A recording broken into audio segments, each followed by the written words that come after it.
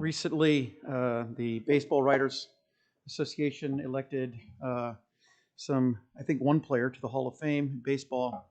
Years ago, the reason for this is because we've just come out of the drug era.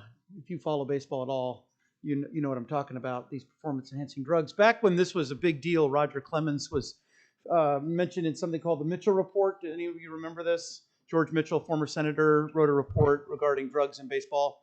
I got up on a Sunday morning, this is probably 16 years ago when this happened, and I told the church, I said, the sermon today is so good, you're going to think your pastor is on performance-enhancing drugs, and nobody responded. Everybody just stared at me with this kind of blank look, and it was kind of one of those checkmark moments. This didn't fly, okay? All right, so I've never said it again, but this is one of those days. I feel really good about the messages. So I might have to get tested after all this is done. I want to begin with a spiritual exercise. And without moving, okay? Nobody move, nobody stand up, all right? I want you to imagine yourself standing up, okay? Can you do that in your mind? Imagine yourself standing up. Some of you aren't paying attention, okay? I need you to imagine yourself standing up. Can you do that? All right? I'm looking around, kind of getting verbal acknowledgement that this is going on, that your brain is in gear. Okay, you're imagining yourself standing up. Don't stand up, but imagine yourself standing up. All right, so is everybody standing in your mind? Are you standing? Okay, good. Now I'm going to make a series of statements, and I want you to honestly sit down when you think you would stop living a life of faithful obedience to Christ. So whenever you reach the point where you say, okay, I'm probably not going to live a life of faithful obedience to Christ, it might be kind of faithful, it might be kind of obedient, but it would not be faithful obedience to Christ, then you sit down. Again, nobody's moving. You're doing this in your mind, okay? We got that? So if your faithful obedience to Jesus caused you to get into an argument, I want you to sit down in your mind. Is everybody still standing? You don't need to nod. All right, let's just make that kind of the baseline low bar.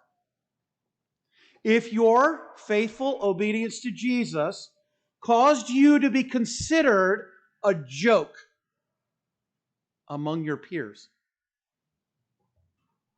are you still standing? Willing to be called a joke, a laughingstock?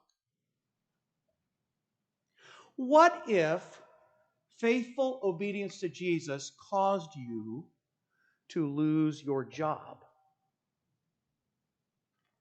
Still standing? What if it meant the loss of your home and your retirement? Are you still standing? What if your faithful obedience to Jesus caused you to be in a position where you could no longer buy or sell anything? Are you still standing?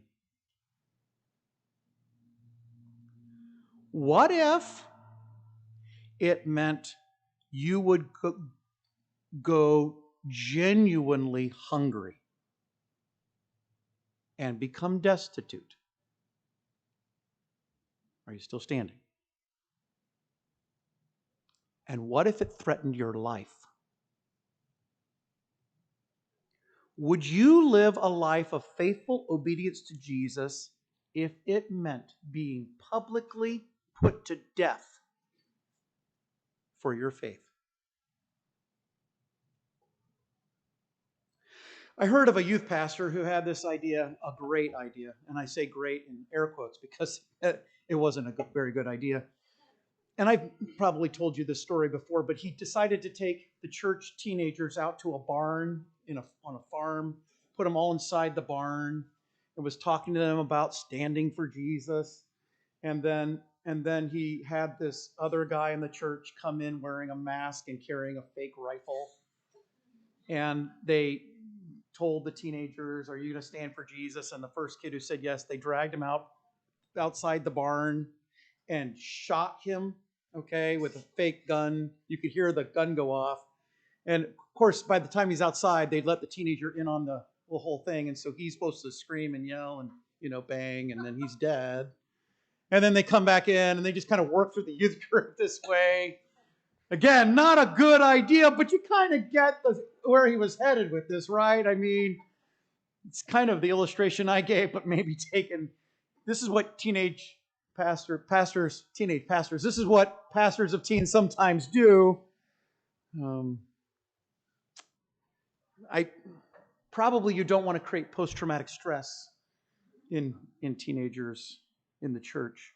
But it's still the same question, and it's really one that believers have had to answer for centuries. I mean, this really is basically the story of Gideon, or Elijah on Mount Carmel, or Daniel facing down lions, or his friends walking through fire, or Paul before Caesar.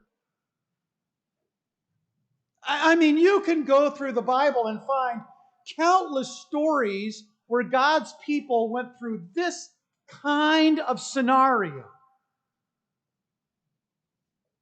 And if you want maybe the most relevant example to where we live, it would be in Corinth, where Paul is counseling them on how they should interact with their culture in regards to meat that had been offered to an idol.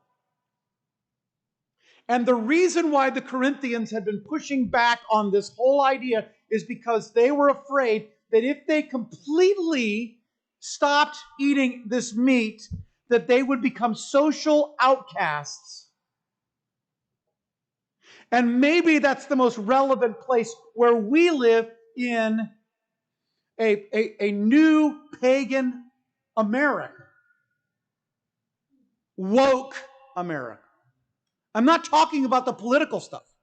I'm talking about the Christian stuff.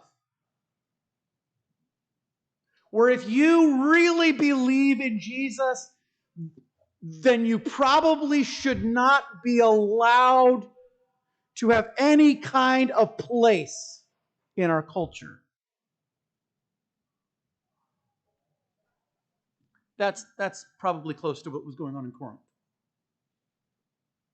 But to be honest, Christians have faced this throughout church history. I think it's interesting that Satan uses the exact same tricks in every generation. And the reason is simple, because he has new Christians to try them on.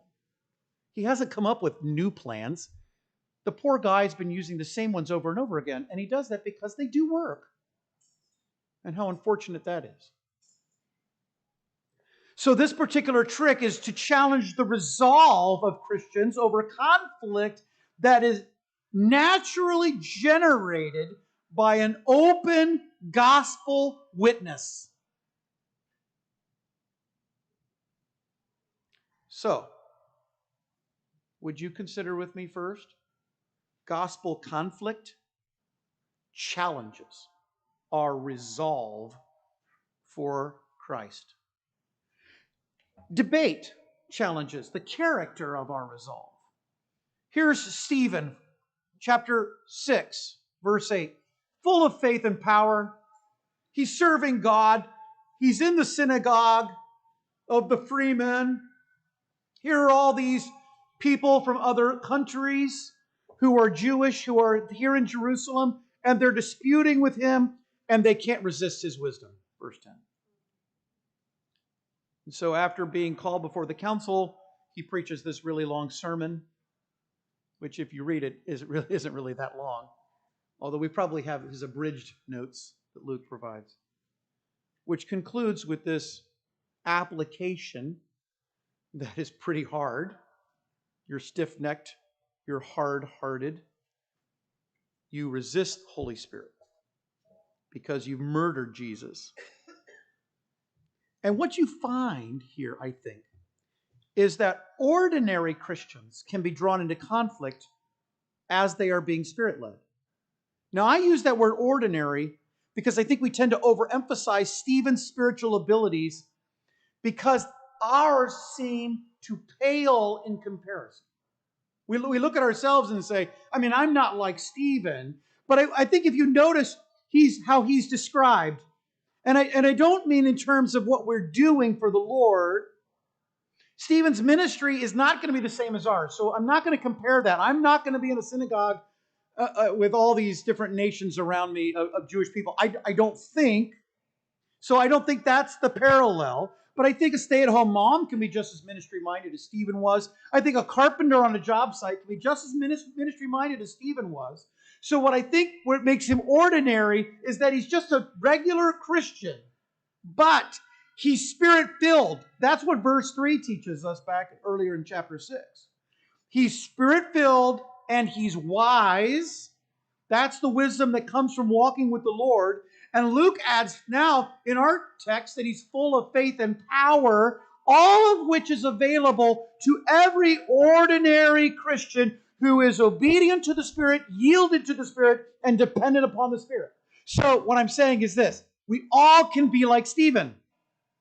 And if you can be like Stephen, then you can get into the same kind of conflict that Stephen got into. And so in that sense, what Stephen had is entirely attributed to God's working through him. I think that's why we think he's extraordinary. When God works through people, they become extraordinary. But in actuality, I think he's supposed to be ordinary because he should be working in all of us, right? Isn't that true? Now, Stephen's drawn into this debate with the Jews about Jesus. These descendants of former slaves, they're now free men from all parts of Africa and Asia. They made synagogues based on their nationality. This was pretty common in the Jewish world.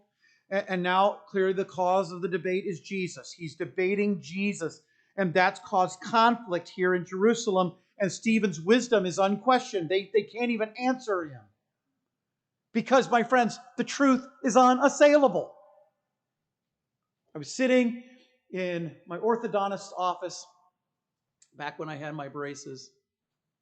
And the orthodontist was talking to a girl, teenage girl, sitting one chair away from me. And, the conversation is always a little funny because they're talking while their hands are in your mouth. So it's hard to respond. But the gal working on this teenage girl was asking her, "What did you learn in school today?" And she started talking about evolution.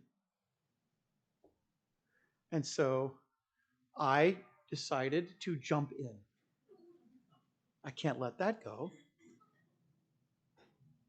So I asked her, "Do you think that there's a giant turtle holding up the world?" And you say, "Where does that come from?" Well, you have to kind of know ancient philosophy to know why there were people who actually believed there was this giant turtle holding up the world. This is a long time ago. Okay, she didn't know what I was talking about.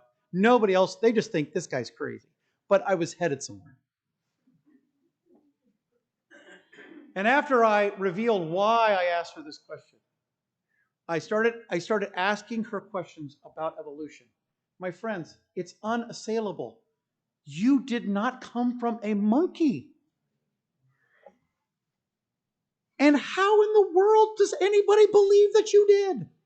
It's so crazy and insane that it's easy actually to fight.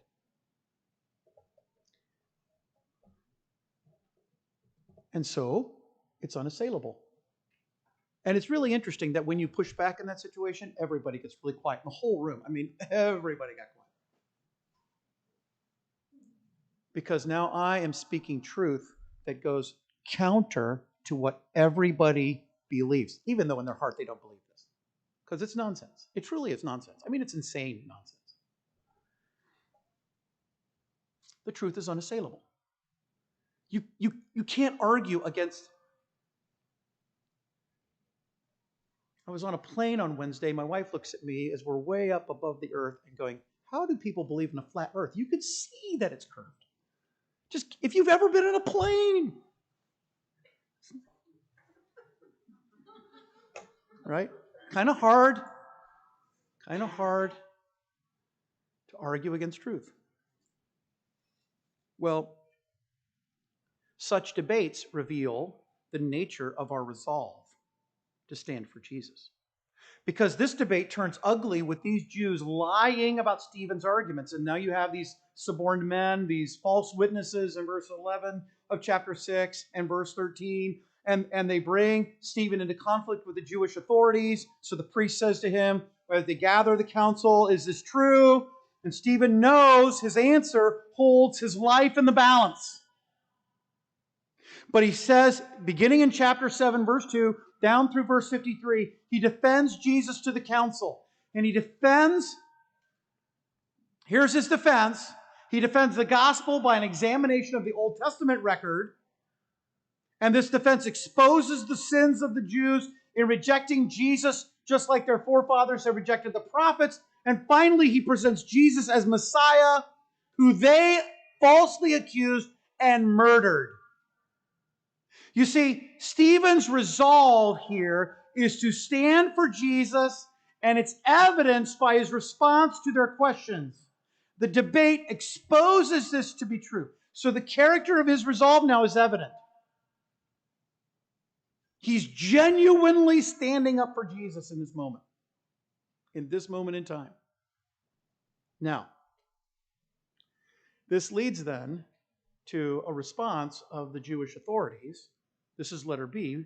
Violent anger challenges the courage of our resolve. If the debate challenges its character, whether we're really resolved or not to stand for Jesus.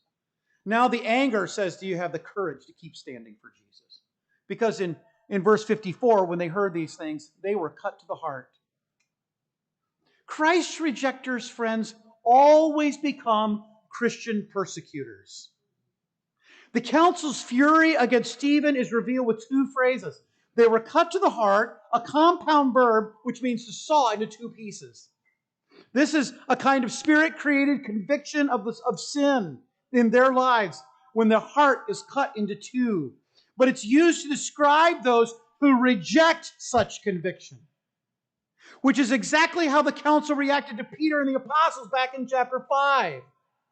Same thing's going on. They're cut to the heart by Peter's sermon, and they respond with the same kind of anger. And you see that they're not only cut to the heart what's going on the inside, but now all that emotion has to go somewhere. So now it says they're grinding their teeth, which, is not good for you, by the way. But they're angry. And this is what angry people do. Have you ever actually seen somebody grind their teeth? Somebody become that angry? I've made someone that angry. I've seen it. I've seen people grind their teeth. It's what it means to gnash their teeth. It's a nonverbal response indicating genuine hatred or violent rage. And it's interesting, you find in this phrase how people who face God's justice later in Revelation will respond to him. They will gnash their teeth. In fact, I don't think you're going to have, just as an aside, a whole bunch of people in the lake of fire someday going, oh, if I had only trusted in Jesus. You would assume that's what they're going to think, but that's not what they're going to think. People who face God's justice will forever hate him for condemning them. They will always hate him because their evil will, for all eternity, get worse and worse. Now, Spirit-filled Christians, in the face of this, see past the present, people who are angry, grinding their teeth, to what is real. And in verse 55, I'm reminded again that he's Spirit-filled. Chapter 7, verse 55, he's a Spirit-filled man. And two things become powerfully evident at this point. His eyes are on Jesus. He's fixed on the unmovable target. And he's seeing what is real. What isn't real is everything the Jewish leaders are espousing and teaching and arguing for. That's fake. That's false. This is what gives us the courage to stand for Christ.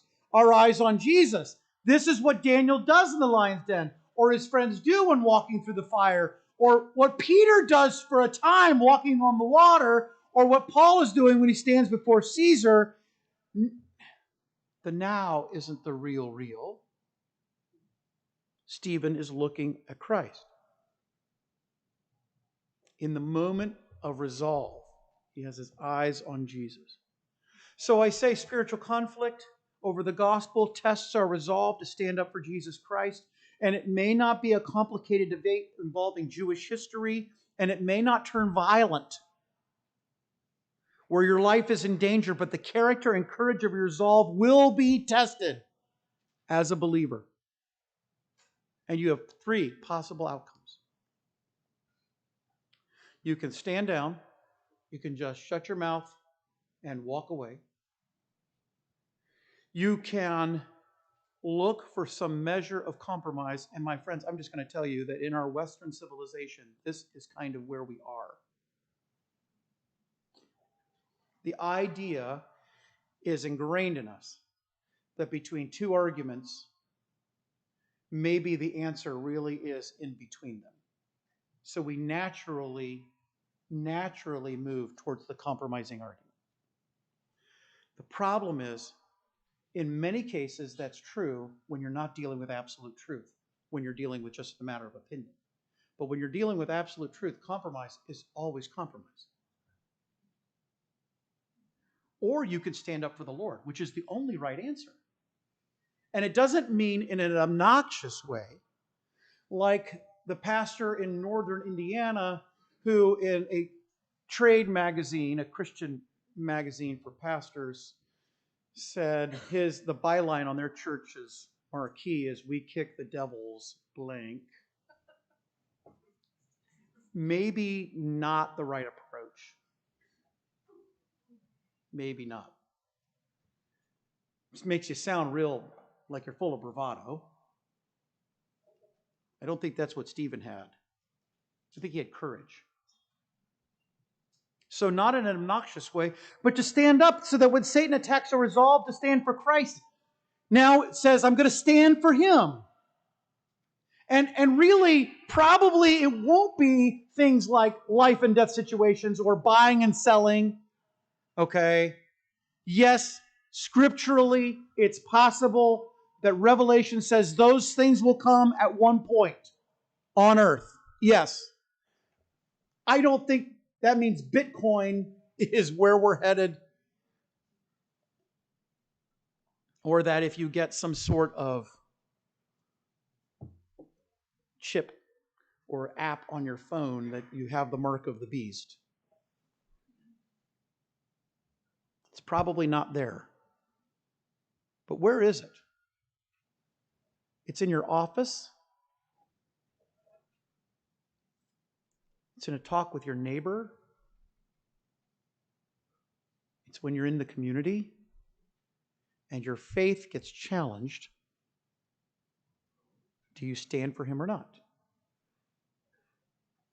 Because those who respond by standing for Jesus find that they actually begin to resemble Jesus. See, you mimic him when you stand for him. And this leads us to point number 2, that standing for Christ reveals a life like Christ, because first it expresses peace in the face of conflict. Here they are crying out and stopping their ears, which sounds like a temper tantrum, right? La, la, la, la, la. I mean, that's what they're doing, literally. I don't want to hear this at all, so I'm going to plug my ears and I'm going to yell at the top of my lungs. I mean, childish. But they're not children. They run on him, they grab him, and they stone him to death.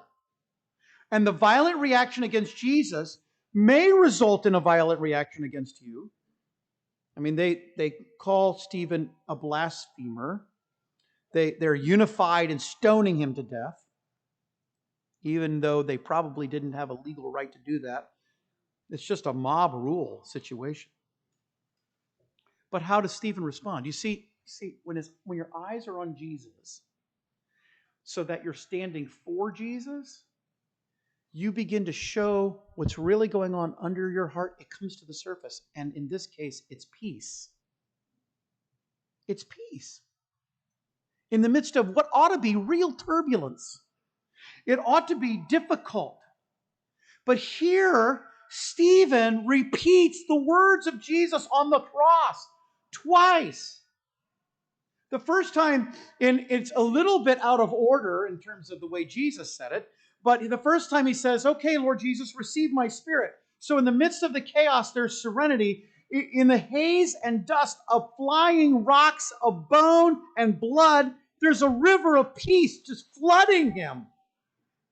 There's a sweetness in spirit, an exalted kind of demeanor that's different, that's breathing life into death. And I'm just speculating here, but when Jesus says later to Saul, who becomes Paul, it is hard for you to kick against the ox goads. What were the ox goads? It seems to me that something's going on in Saul's heart watching Stephen die.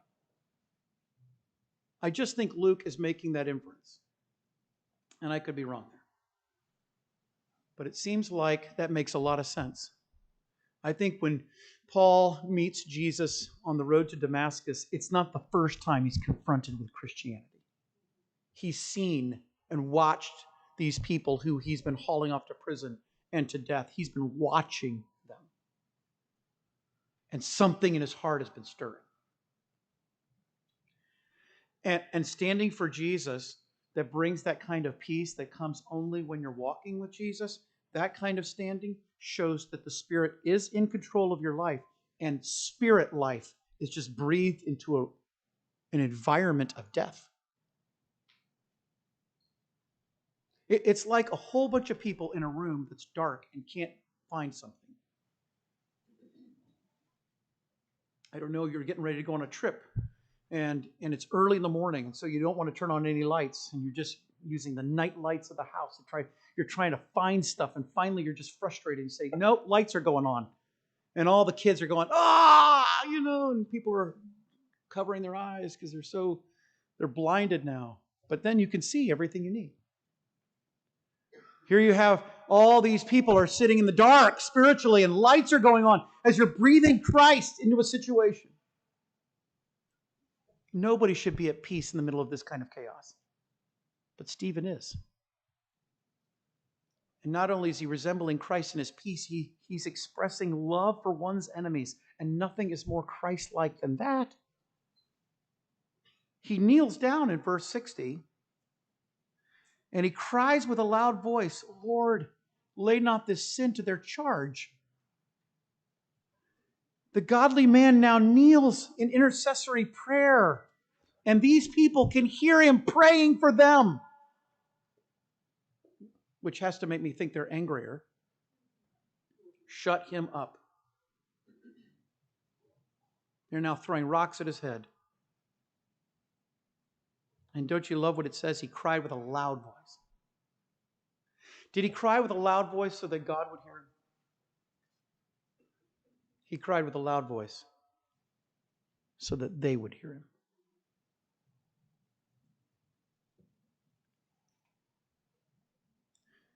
Right now, in our American culture, there are many people in our culture who really genuinely believe that all Christians are just fake and false and hypocrites. They believe that what we do, how we practice our faith, is ridiculous and foolish. And I think part of the reason for that is we've given them genuine reasons to believe it. They call us hypocrites. And then you read stories like the man up in New England who got into a road rage incident. He's a deacon in a Baptist church. Pulls his car over, the wife sitting in the seat. Pulls over. The young man who's in a road rage incident pulls in behind him. He gets out, opens up his trunk, pulls out a crossbow, shoots the guy in the chest, gets back in his car, and keeps driving. While the young man bleeds out on the side of the road, dies. And of course, the news media, he's a deacon in a Baptist church. And the world goes, yep, that's Christians. That's how Christians are. We have such an angry culture. People are so angry. You get on an airplane, and these flight attendants are scared to death. I try my best now when I get on an airplane to greet the first flight attendant I can with a bemasked smile, right? Because, You have to just let them see the top of your cheeks because there's nothing. They can't see this part. I'm squinting my eyes and squeezing my cheeks so that you will know how happy I am with you. Right? That's what I'm doing. No, hi. And I just heard that Southwest Airlines is going to allow alcohol back on their planes, and that the flight attendants are a little nervous about this. Have you watched and seen the videos of angry people slugging it out on flights? And I was standing in line on Wednesday down in Florida, and I was looking at this young man who was cursing up a storm. It's another part of our culture. All of a sudden, it's become acceptable to throw out the worst words in the world in public. And because he didn't pay for his check-on bag, and this particular airline, if you bring a bag on, you got to pay extra. I mean, your flight only cost $25, so they got to make their money somewhere. So here he is, and he's upset, and he's cussing up a storm, and then this other couple comes up, and they start cussing up a storm because their bags have to be paid for, and just anger. And the whole culture's angry. And then you see Christians doing it. Just so angry and so hateful with their words. And it lacks the love that's in Christ. It lacks that sweet spirit of Christ. For Jesus said, Father, forgive them. They don't know what they're doing. And Stephen here says, I'm going to sue all of you. No. My kids are going to get you back. No. I'm going to make sure that my friend Luke writes some really bad things about you in a book. And the whole world will know how terrible you were to me. No. Stephen says, Lord, forgive them. And that's a loving spirit that I'm afraid only comes with people who are resolved to stand for Jesus. Think of the logic here. You know if you stand for Jesus, it's going to bring you into conflict, right? Well, what's the point of standing for Jesus if you don't show the character and the values of Jesus when you're standing for him? I imagine Jesus sometimes looks at us as we grit our teeth at people and says, you're not talking for me anymore. I don't want you being my representative any longer. You're doing a terrible job.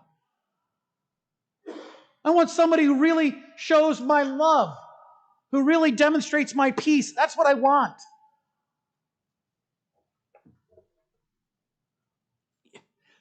I wrote this in my notes this way. This is the Christians to Telestai. Here's what I mean by that. Jesus at the cross, last words, it is finished, right? The note of triumph. We can't do that because we're not going to atone for anybody's sins. I'm not dying on a cross for anybody's sins. If I died on a cross, it would be for nobody's sins, possibly my own, certainly wouldn't be atoning. There's no way I can do that. My it is finished is when I shout, forgive these people. God, forgive them. Don't charge them with my death. When I show that kind of love, that kind of genuine care, that's my cry of victory. This is Stephen's cry of victory when he prays like Jesus prayed on the cross. You see, my friends, when Satan attacks our resolve, the attack itself reveals what's really in us. And it brings it to the surface. And we get to see what we're really like. In the midst of this coronavirus, and I struggled with this as you did. We struggled. Everybody struggled. If you didn't struggle with this, you're lying. You struggled. There's so many conflicting emotions and thoughts. My freedoms as an American, and what obligations do I have to stand up for that? I've got this politicized environment. It's the middle of an election year. I mean, this was just the perfect storm. And now you've got all of this conflict. And I read it on social media. Christian people just saying the most hurtful, hateful things about people. Which one of them is, and I have never heard it in this building. I hope I never hear any of you say it. I am so tired of people who claim to be Christians calling masks face diapers. That is gross. All you're trying to do is insult people. That's the only reason. Would Jesus say that? Would he? Come on. No way. No way Jesus is ever going to say that. And I read Christian people saying that, and I just go, oh, yuck. It actually makes me kind of sick to my stomach when I read it.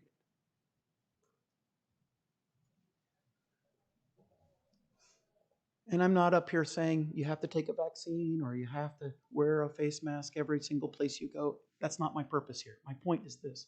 I decided after about going through 6 months of the pandemic, I'm not going to let a piece of cloth determine my sanctification. If the government, right or wrong, says, unless I'm ready to foment revolution, which I am not, but not over a piece of cloth, says I have to wear a mask in a particular store, I'm either not going to go in or I'm going to put my mask on. That's me. You may have a different way of looking at this, but that's the way I look at it. And do you know how liberating that's been for me? Because I've just been able to go, okay, Lord, I don't have to think about it anymore. I don't have to worry about it anymore. I don't have to wear a particularly good mask either. But my point is this, friends, is that we're all being tested. Our faith is being called into conflict. And may not be martyrdom. But we have to decide if we're going to stand up for Jesus, not for American values, for Jesus. And if standing up for Jesus means showing peace and showing love, because that's really what's there, then praise God. The time may come where it means losing a job or losing your retirement savings or losing your home. That time may come. I pray not, but it may come. But if it does, then like the martyrs of old. My dad used to give a sermon illustration. I wish I could remember it really well. If I'd called him this morning, he would have sent me his copy. He has it somewhere, I'm sure, on a digital file. Ridley and Latimer, two English believers who were burned at the stake because of their faith.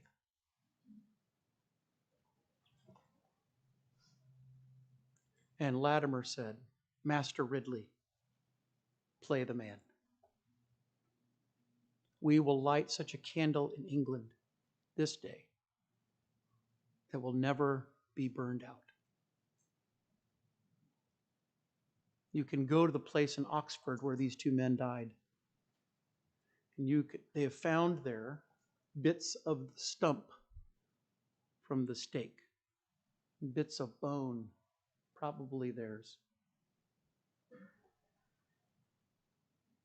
And you think those men stood for Jesus. So we can't stand up for him in a conversation with our neighbor? Or in the office with a coworker?